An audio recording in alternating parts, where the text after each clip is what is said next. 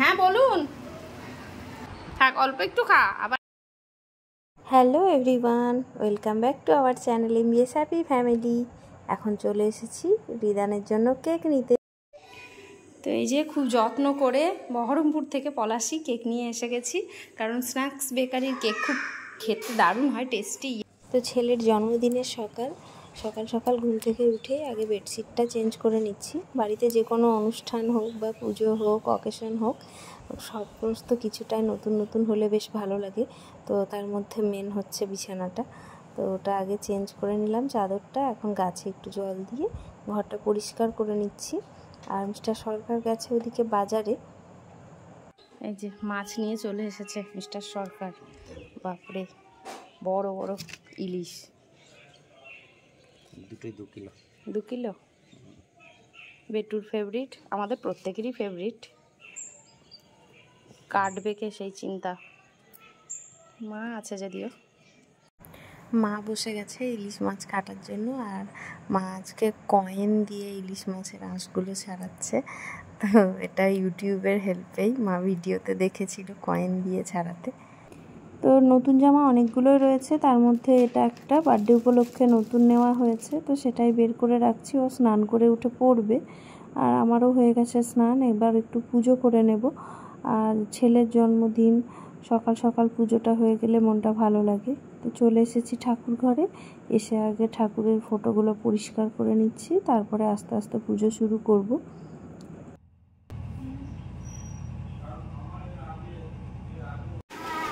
এই যে বাজার থেকে এসে এখন ডাব খাচ্ছে পাপা বেটুতে। তো পায়েসটা বানানো হয়ে গেছে। প্রথমে এখন চলে এসেছি ভাজাগুলো করে নিতে। জন্মদিনের থালাতে 5 রকমের ভাজা আমরা দিয়ে থাকি, তো সেগুলোই আগে করে নিচ্ছি নিরামিষভাবে। তারপরে আমিষ রান্নাগুলো পরপর হতে থাকবে। আর এই যে রিদান এখন এই ব্লু কালারের টি শার্টটা পরবে, এটাও নতুনই রাখা ছিল, তো ওর এখন এটা পরার ইচ্ছে। তো বললাম ঠিক আছে, এটা পরে নাও, চলো এবার ব্রেকফাস্টটা করে নিতে হবে। আর ব্রেকফাস্টে আজকে লুচি, ঘুগনি, মিষ্টি, সঙ্গে দই, এটাই ছিল। হ্যালো বার্থডে বয় খাচ্ছে এখন লুচি। এদিকে বাবু দাদাই, এদিকে পাপা। এখন এবার চিকেনটা পরিষ্কার করে নেব। তো একটু লবণ দিয়েছি আর একটু লেবু দিচ্ছি। এখানে অনেকটাই মাংস আছে, 2.5 কিলোর মতো রয়েছে, তো এটাকে ভিজিয়ে দেব। আর রিদান মাটন খায় না, ও চিকেনটাই পছন্দ করে, সে কারণে ওর বাড়িতে চিকেনটাই হচ্ছে।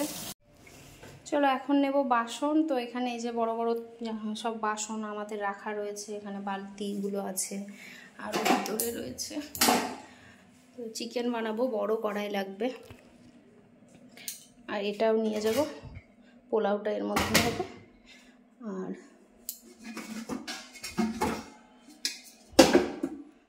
কড়াই বড় এখানে রয়েছে, কোনটা বড় হবে বুঝতে পারছি না। মাছের মশলাটা করে নেবো। এখানে সর্ষে, সাদা সর্ষে, কালো সর্ষে আর পোস্ত মিক্স করে নিয়েছি। এটা একটু পাউডার করে এর মধ্যে কাঁচা লঙ্কা অ্যাড করব। তো এখানে ইলিশ মাছের মশলাটা রেডি করছি, ভাপা করব, একটু কাজু টাজু দিয়ে বেটে নেব।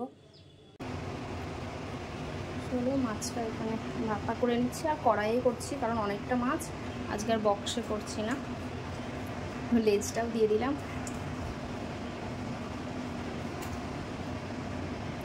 মাথা বাদে সমস্ত মাছটাই ভাপা করে ফেলছি। এখানে একটু রেখেছি 2-3 পিস, একটু ভাজবো, রিদানের পাতে দেবো।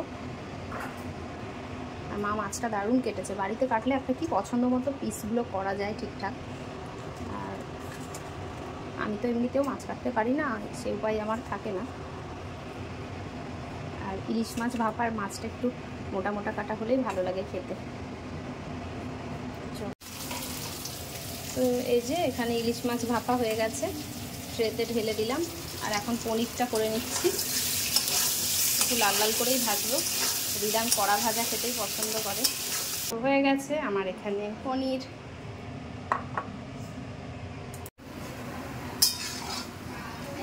আলুটা ভেজে এখানে রেখেছি, চিকেনটা একটু তেলে জাস্ট হালকা নাড়াচাড়া করে নিলাম। আর এই যে আগে থেকে মশলা রেডি করা, ওটা ঢেলে দিচ্ছি। হ্যাঁ বলুন।